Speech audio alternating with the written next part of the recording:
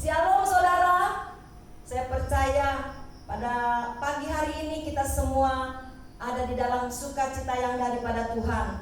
Walaupun di tengah-tengah dunia ini sedang menghadapi bencana COVID, tapi kita percaya ada rencana Tuhan, ada maksud Tuhan bagi kita semua untuk kita lebih percaya kepada Tuhan dan mendekatkan diri kepada Tuhan. Kita mau selalu percaya bahwa Tuhan Allah yang Maha Kuasa sanggup melakukan segala perkara di antara kita. Kita naikkan saudara pujian. Allah sanggup melakukan segala perkara.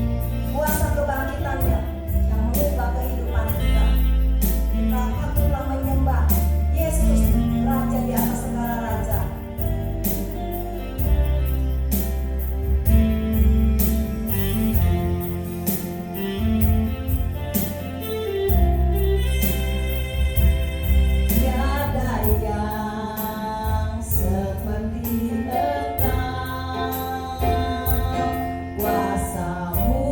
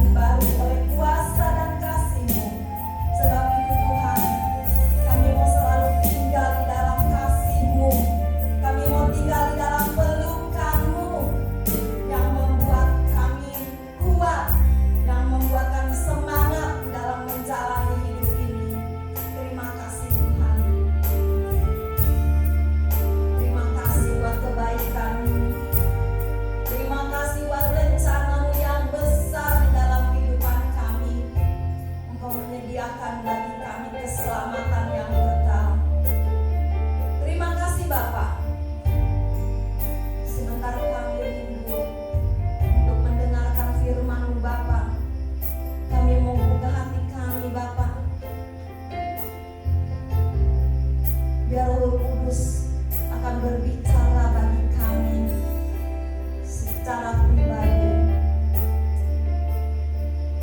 Kami percaya Tuhan tidak pernah diam di dalam menghadapi kesulitan-kesulitan hidup ini. Di tengah-tengah pergumulan yang silih berganti, ada Tuhan menopang kehidupan kami. Sebab Bapa kami adalah Bapa yang setia.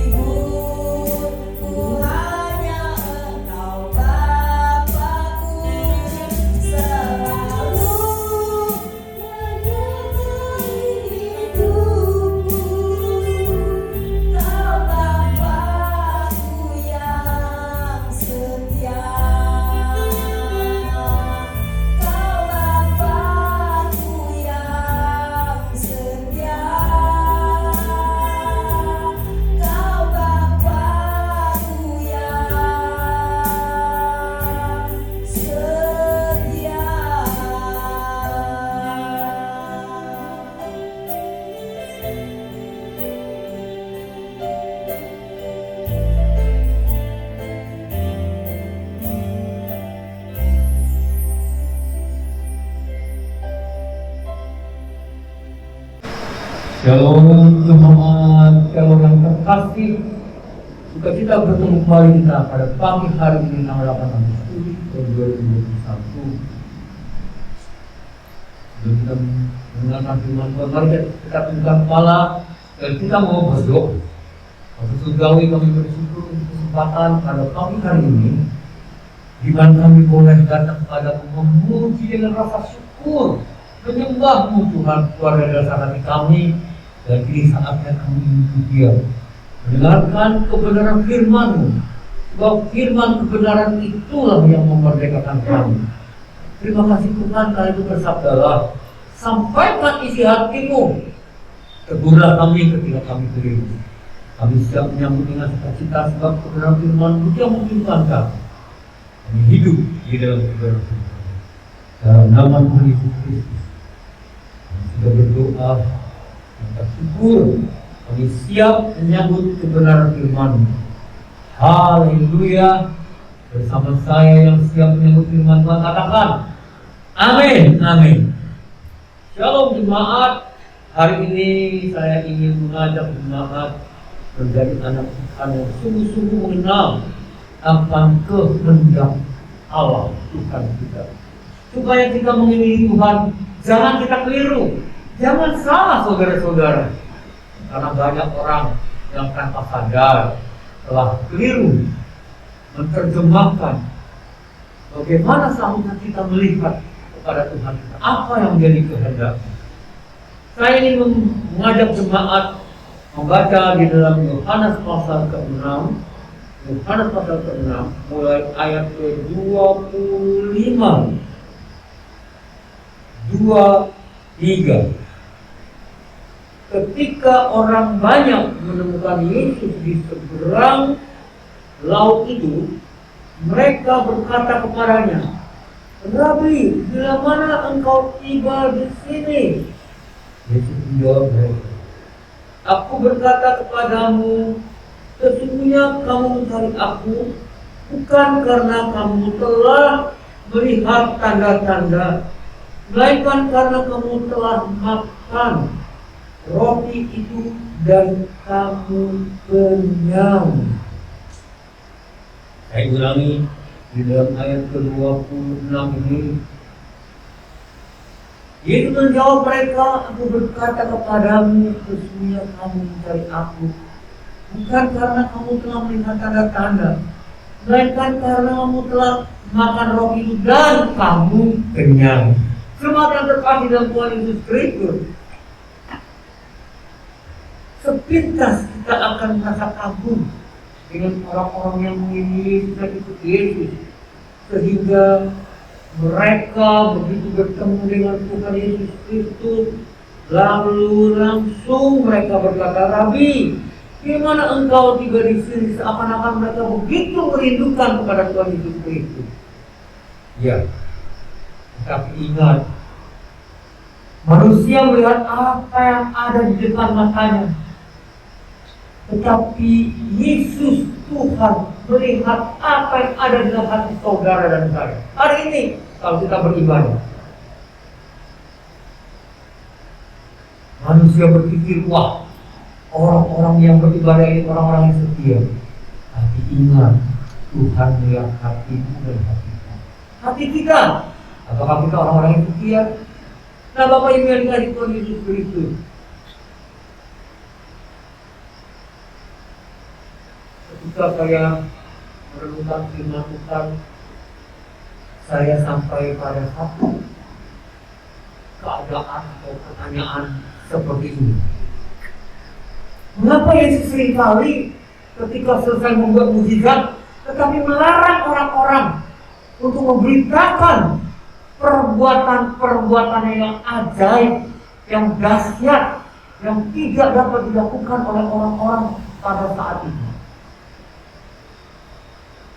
Seperti dalam Matius pasal ke-8 ayat 1-3 yang berkata begini. Matius pasal ke-8 ayat pertama. Setelah Yesus turun dari bukit, orang banyak berbondong-bondong mengikuti dia. Maka datanglah orang yang sakit kusta kepadanya, lalu sujud menyembah dia dan berkata, "Tuhan, jika Tuhan mau, Tuhan dapat mentahirkan aku." Lalu Yesus mengulurkan tangannya, menjamah orang itu dan berkata, "Aku mau, jadilah engkau tahir." Ketika itu juga tahirlah orang itu daripada kustanya. Lalu Yesus berkata kepadanya, "Ingatlah, jangan engkau memberitahukan hal ini kepada siapapun, tetapi pergilah dan perlihatkanlah dirimu kepada imam dan persembahkanlah persembahan yang diperintahkan Musa sebagai bukti bagi mereka." Nah, saudara-saudara, begitu juga dalam Matius pasal yang ke-9 ayat 27-31. Ketika Yesus meneruskan perjalanannya dari sana, dua orang buta mengikutinya sambil berseru-seru dan berkata, "Kasihanilah kami, hai anak Daud." Setelah Yesus masuk ke dalam sebuah rumah, datanglah kedua orang buta itu padanya, dan Yesus berkata kepada mereka, "Percayakah kamu bahwa aku dapat melakukannya?" Mereka menjawab, "Ya Tuhan, kami percaya." Lalu Yesus menjamah mata mereka sambil berkata, "Jadilah kepadamu menurut imanmu." Maka mereka mata mereka, dan Yesus pun dengan tegas berpesan pada mereka, katanya, "Jagalah supaya jangan seorang pun mengetahui hal ini." Yang ketiga kalinya yang saya perhatikan dalam Markus pasal ke-7 ayat 35-37. Maka terbukalah telinga orang itu, dan seketika itu terlepas pula pengikat lidahnya, Lalu ia berkata-kata dengan baik. Yesus berpesan kepada orang-orang yang ada di situ supaya jangan menceritakan kepada siapapun juga. Tetapi makin dilarangnya mereka, makin luas mereka memberitakannya.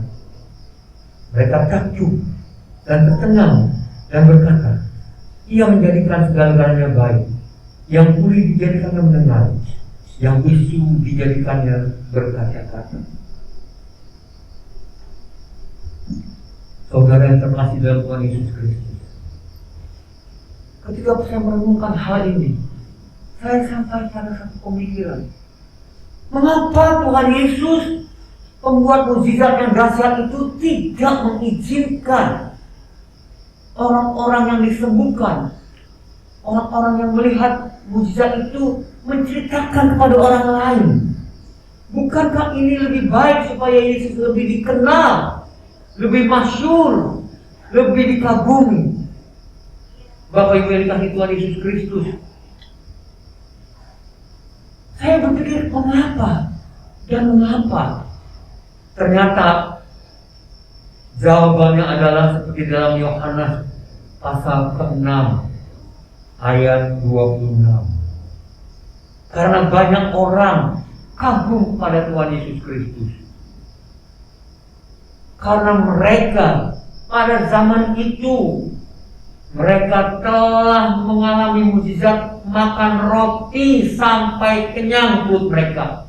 Mereka kagum kepada Tuhan Yesus Kristus, pembuat mukjizat. Padahal Tuhan Yesus datang ke dunia ini diutus oleh Bapa bukan untuk menjadi pembuat mukjizat, tetapi dia datang untuk menderita karena menebus dosa saudara dan saya. Inilah misi utama Tuhan Yesus Kristus. Tuhan Yesus Kristus tidak mau dikenal sebagai pembuat mukjizat, tetapi Tuhan Yesus adalah juru selamat. Dialah anak domba Allah yang harus disembelih untuk keselamatan saudara dan saya. Siapa yang percaya padanya, menerima korbannya di atas kayu salib dengan sungguh-sungguh dan mau berubah di dalam Tuhan Yesus Kristus, maka kita beroleh keselamatan yang total.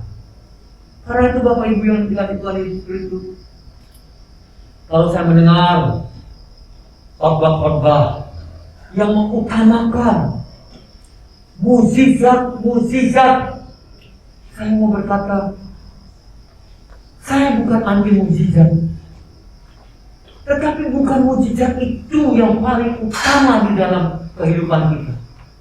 Tetapi bagaimana saudara dan saya bisa mengenal Tuhan dengan benar, dapat mengikuti Tuhan dan mengenal kehendak rencananya dengan baik dan benar.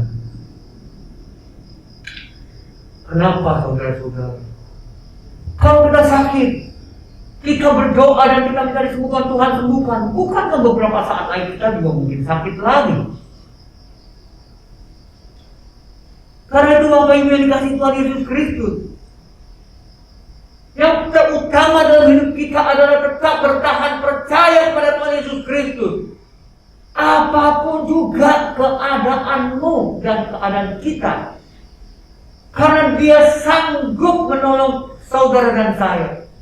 Dan ingat satu hal yang paling utama, segala yang Tuhan izinkan terjadi itu karena Tuhan kita, Allah kita punya satu rancangan yang indah dalam kehidupan saudara dan saya.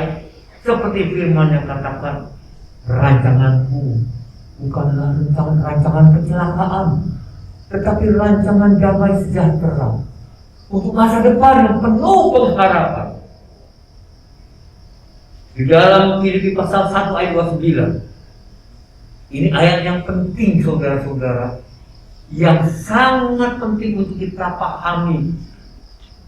Mengatakan, sebab kepada kamu dikaruniakan bukan saja untuk percaya kepada Kristus, melainkan juga untuk menderita untuk Dia.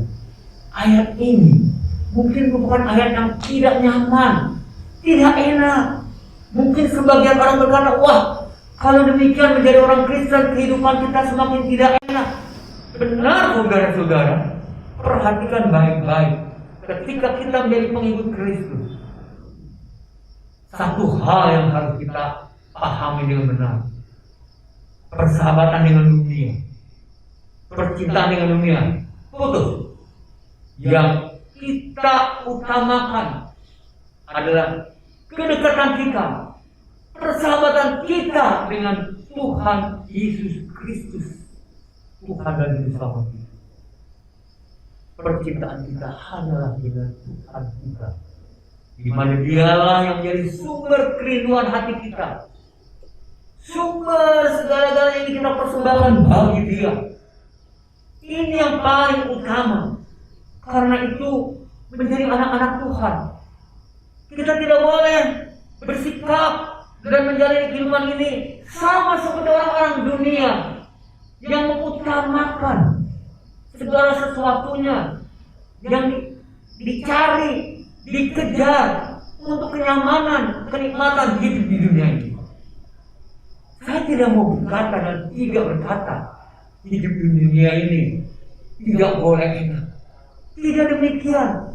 Tetapi jangan ada di hati kita sikap hati kita yang menginginkan, merindukan, mengejar kenikmatan itu.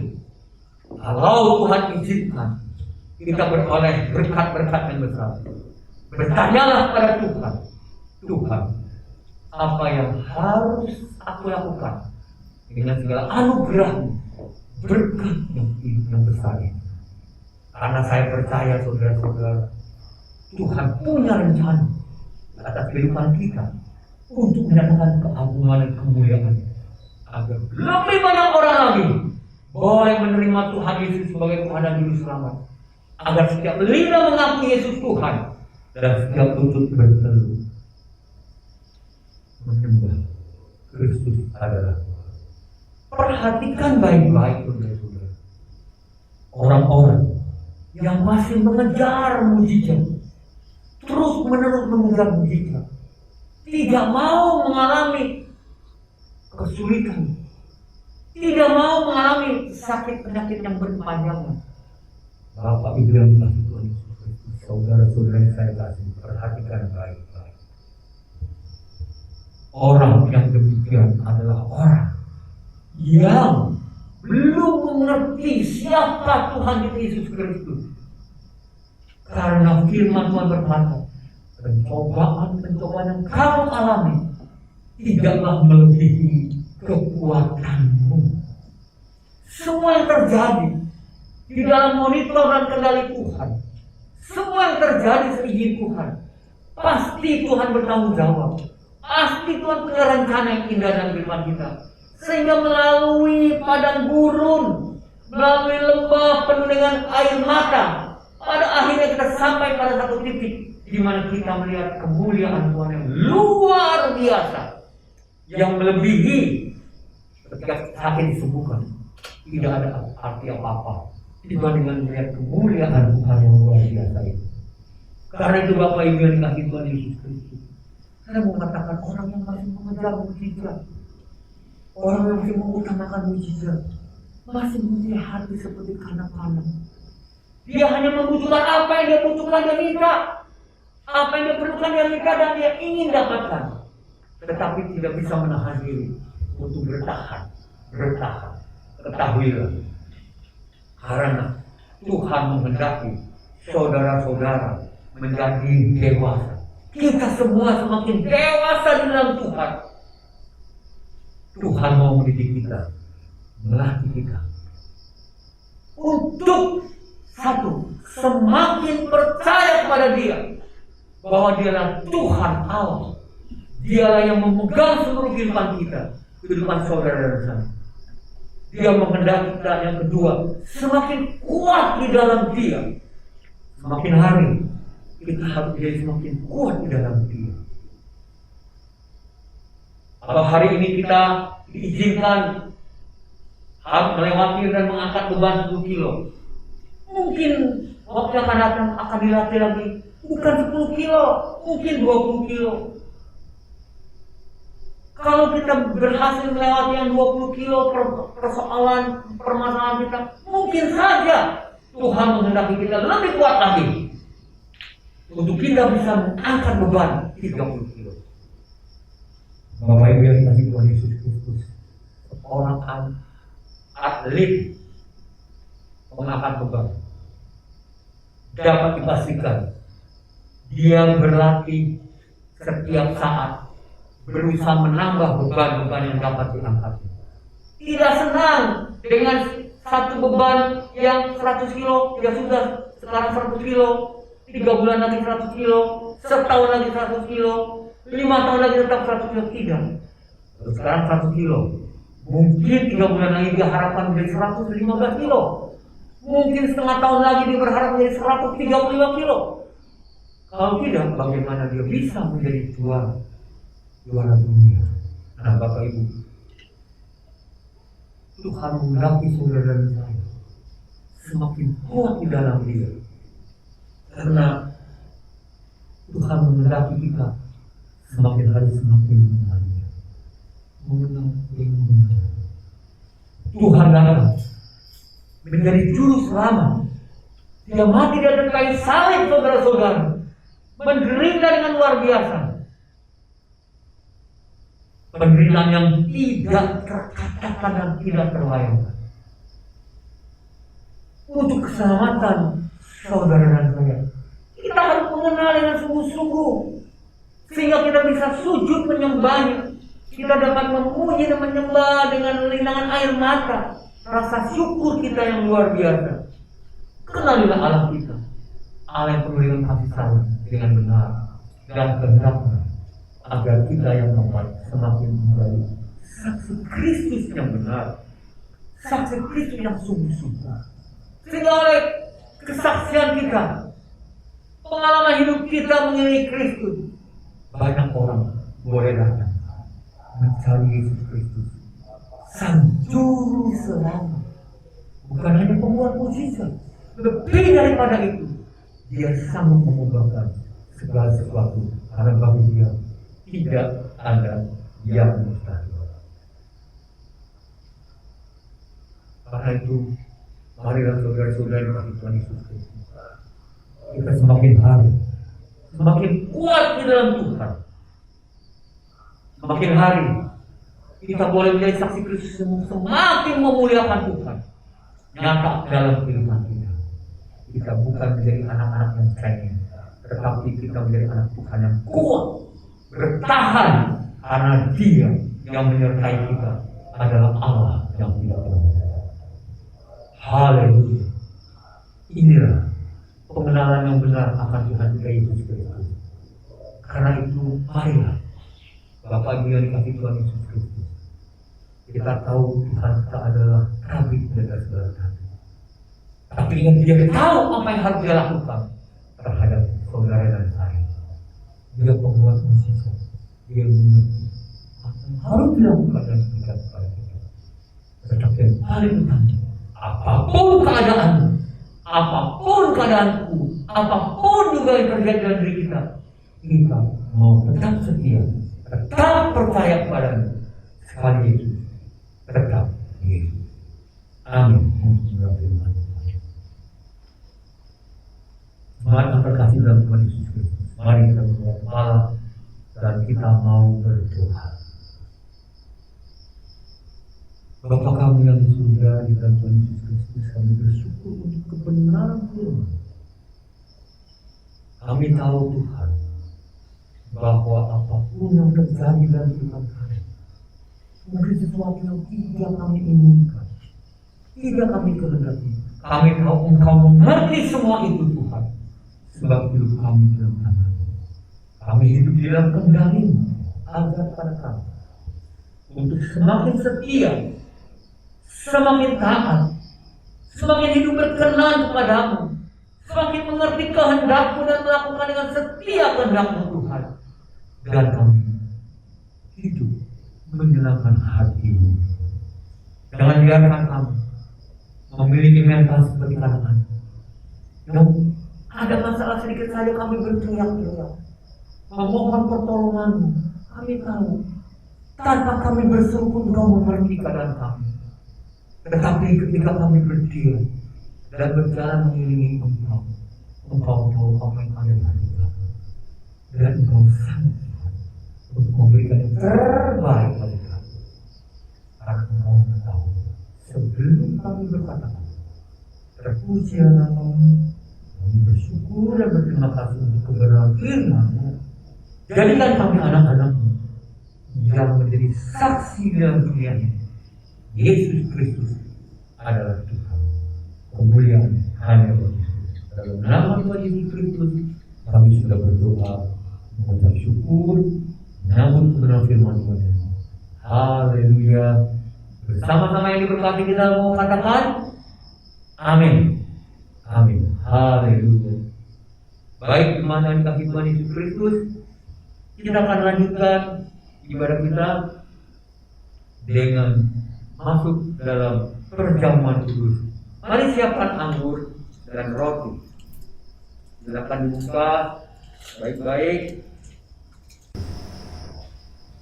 Mari siapkan roti di tangan kanan kita dan kita mau angkat tinggi-tinggi di hadapan Tuhan. Dengarkan pertanyaan yang saya sampaikan, dan apabila kita percaya, semua percaya, katakan amin dengan suara yang jelas dan tegas di hadapan Tuhan dan di hadapan jemaat. Semua yang terkasih dalam Tuhan Yesus Kristus, bukankah roti yang telah dipecah-pecahkan yang ada di tangan kita adalah persekutuan dengan tubuh Kristus? Amin. Mari dengarkan firman Tuhan sebelum kita makan bersama. Sebab apa yang telah kuteruskan kepadamu telah aku terima dari Tuhan, yaitu bahwa Tuhan Yesus pada malam waktu Ia diserahkan, Ia mengambil roti, dan sesudah itu Ia mengucap syukur atasnya. Ia memecah-mecahkannya dan berkata, inilah tubuhku yang diserahkan bagi kamu. Perbuatlah ini menjadi peringatan kepadamu.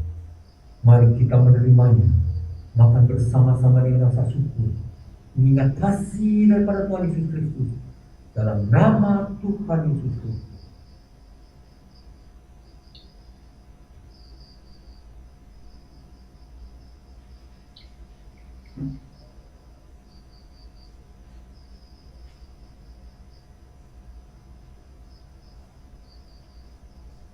Mari kita angkat cawan ucapan syukur tinggi-tinggi di hadapan Tuhan. Dengarkan pertanyaan kedua yang saya sampaikan. Dan apabila kita percaya dengan sungguh-sungguh, katakan amin dengan suara yang jelas dan tegas di hadapan Tuhan dan di hadapan jemaat. Bukankah cawan pengucapan syukur yang atasnya kita mengucap syukur adalah persekutuan di dalam darah Kristus? Amin. Dengarkan firman Tuhan sebelum kita minum bersama-sama. Demikian juga yang mengambil cawan sesudah makan, lalu berkata, cawan ini adalah perjanjian baru yang dimeteraikan oleh darah. Perbuatlah ini setiap kali kamu meminumnya menjadi peringatan akan.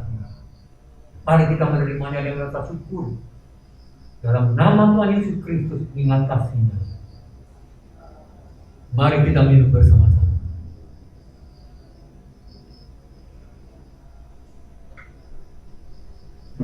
Haleluya.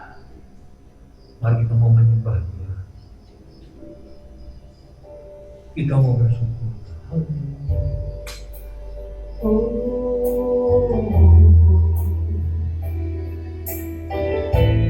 Terima kasih, terima kasih Bapa.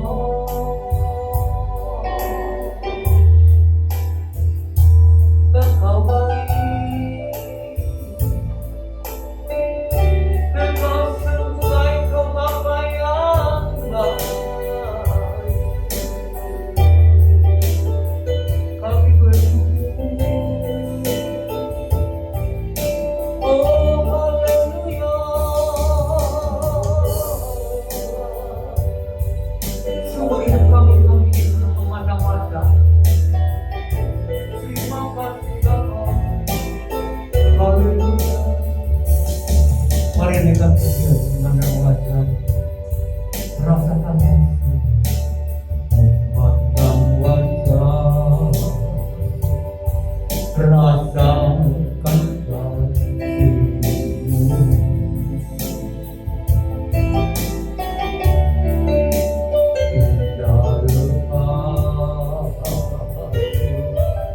Tiap saat di dalam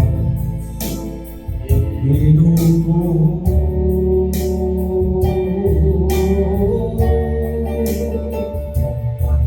memandang wajah rasa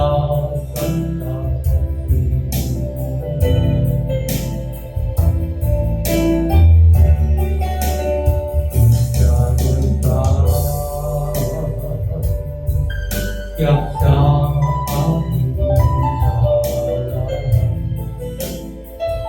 hidupku,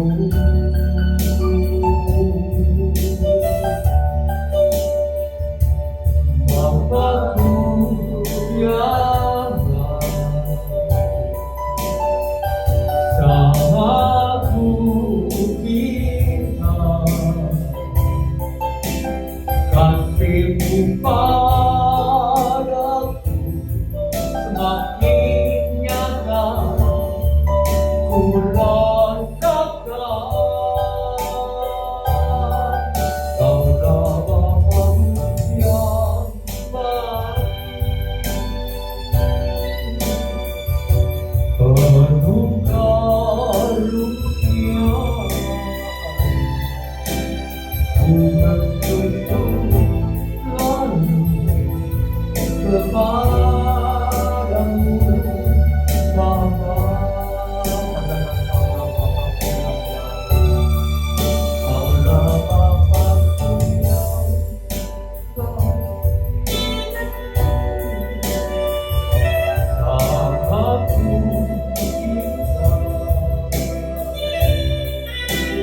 kasih-Mu padaku semakin nyata ku rasakan. Kaulah Bapakku yang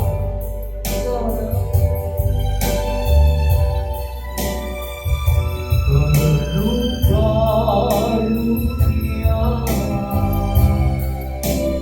ku bersyukur kepadamu Bapa.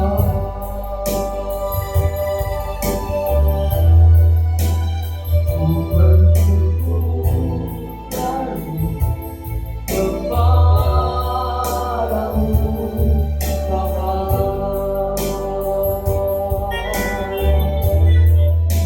Ku bersyukur lagi kepadamu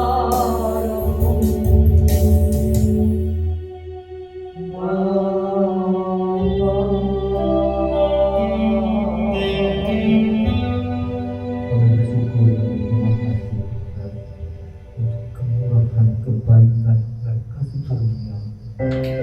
Kami ada sebagaimana kami ada hanya karena kemurahan.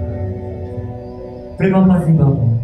Di dalam nama Tuhan Yesus Kristus kami sambut firman, kami firman berjamaah terus membuat kami semakin bersatu, semakin erat, semakin teguh persekutuan kami dengan Engkau dan satu dengan yang lain dalam nama Tuhan Yesus Kristus.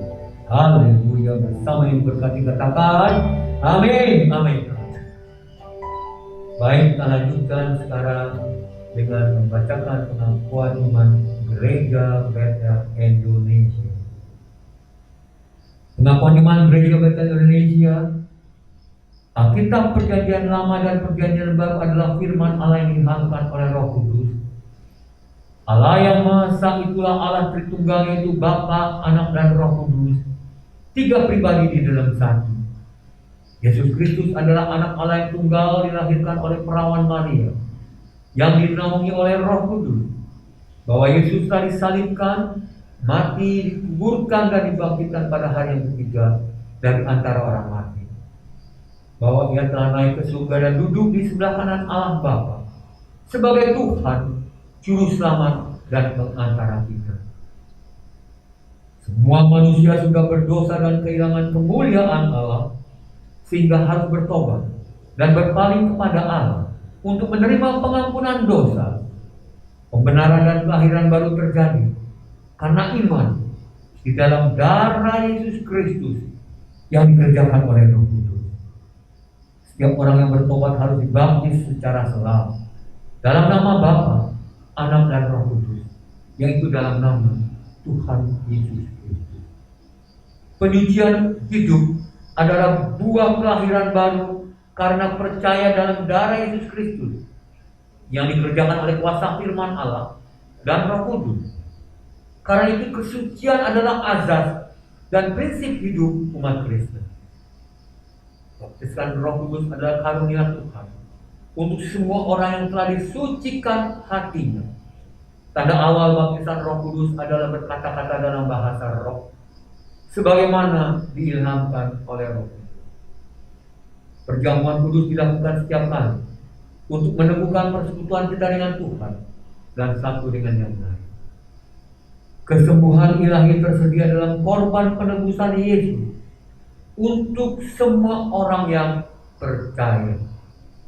Tuhan Yesus akan turun dari surga untuk membangkitkan semua umat yang telah mati dan mengangkat semua umat yang masih hidup, lalu bersama-sama bertemu dengan Dia di udara. Kemudian Ia akan datang kembali bersama orang kudusnya untuk mendirikan kerajaan 1000 tahun.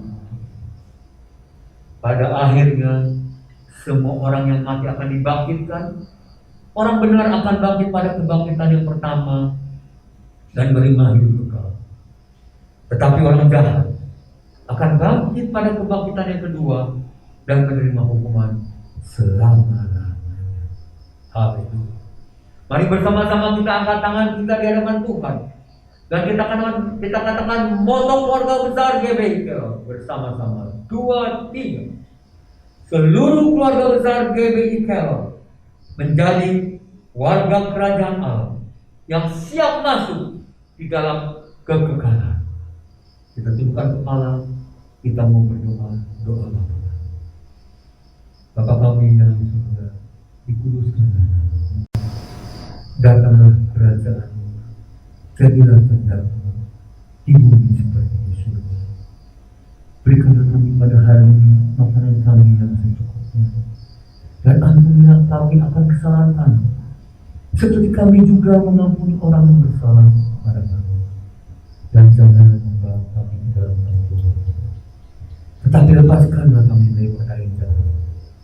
Karena Engkau yang punya kerajaan dan kuasa dan kemuliaan sampai selama-lamanya. Amin. Sebelum kita doa berkat, saya ingin menambahkan pengumuman. Bapak Ibu, mari kita semua memang merindukan untuk dapat ibadah tatap muka. Tetapi sebelum sampai kepada ibadah yang memungkinkan kita tatap muka, ikutilah ibadah online ini dengan sungguh-sungguh. Karena Tuhan hadir di mana hatimu mencari wajahnya, di mana hatimu merindukan kebenaran firman Tuhan. Tidak peduli di rumah, di jalan, di mobil, dimanapun juga. Ketika engkau rindu akan firman Tuhan, ketika engkau rindu mencari wajahnya, Dia hadir dan siap menyatakan kemuliaan kepada kita. Karena itu tidak perlu menunggu sampai satu kesempatan kita bisa bertatap muka. Tentu kita sangat merindukan dan bersuka cita kalau memang kondisi sudah memungkinkan kita ibadah tatap muka. Tapi sebelumnya, mari tetap kita beribadah walaupun dengan benar, melalui iman, karena Tuhan tidak pernah. Jaga kesehatan, ikuti protokol kesehatan. Sekali lagi, jangan keluar rumah kalau tidak perlu, jangan berkumpul-kumpul, jangan ngerumpi. Perhatikan kalau kita ada di tengah-tengah kerumunan orang banyak, masker jangan pernah lepas, jaga jarak supaya kemudian Tuhan nyatakan kita tetap sehat karena perlindungannya. Terima kasih. Kita naik pekan mengakhiri ibadah kita akan naikkan pujian. Kami memuji kebesaran-Mu, ajaib Tuhan, ajaib Tuhan.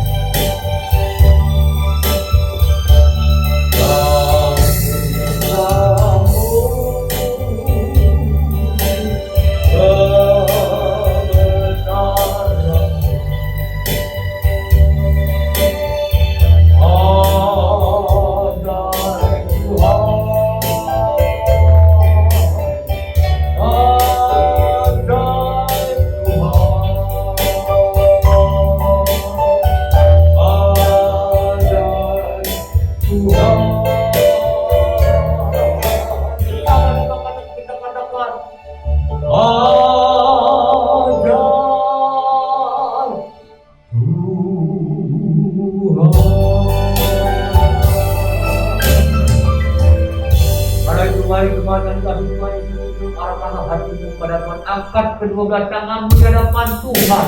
Buka hatimu. Dengarkan kebenaran firman Tuhan.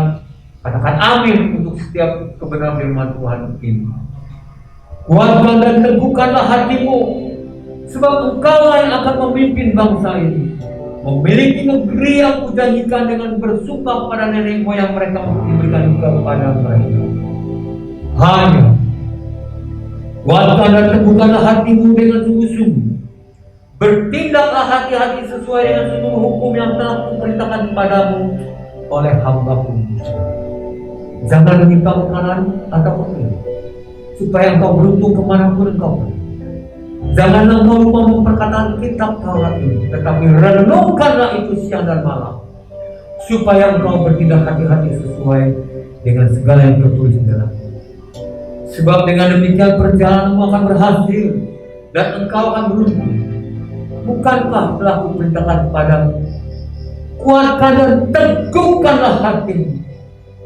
Janganlah kecut dan tawar hati, sebab Tuhan Allah menyertai kemanapun engkau pergi.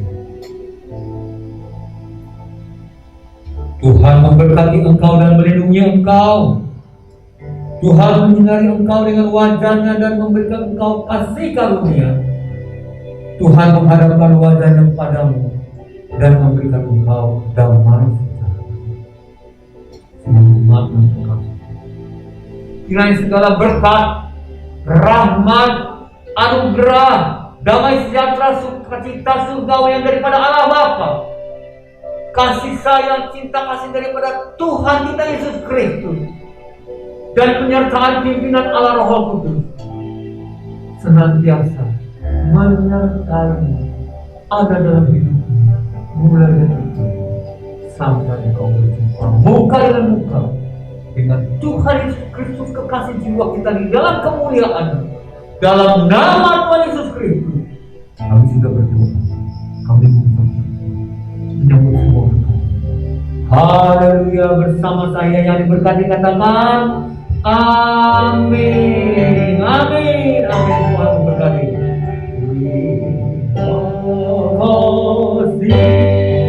Yesus, terima kasih. Puji hanya bagi Tuhan. Terima kasih. Yesus, terima kasih. Hanya bagi Tuhan. Puji syukur hanya bagi Tuhan.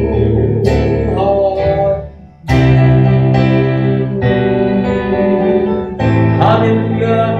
Selamat siang. Tuhan memberkati.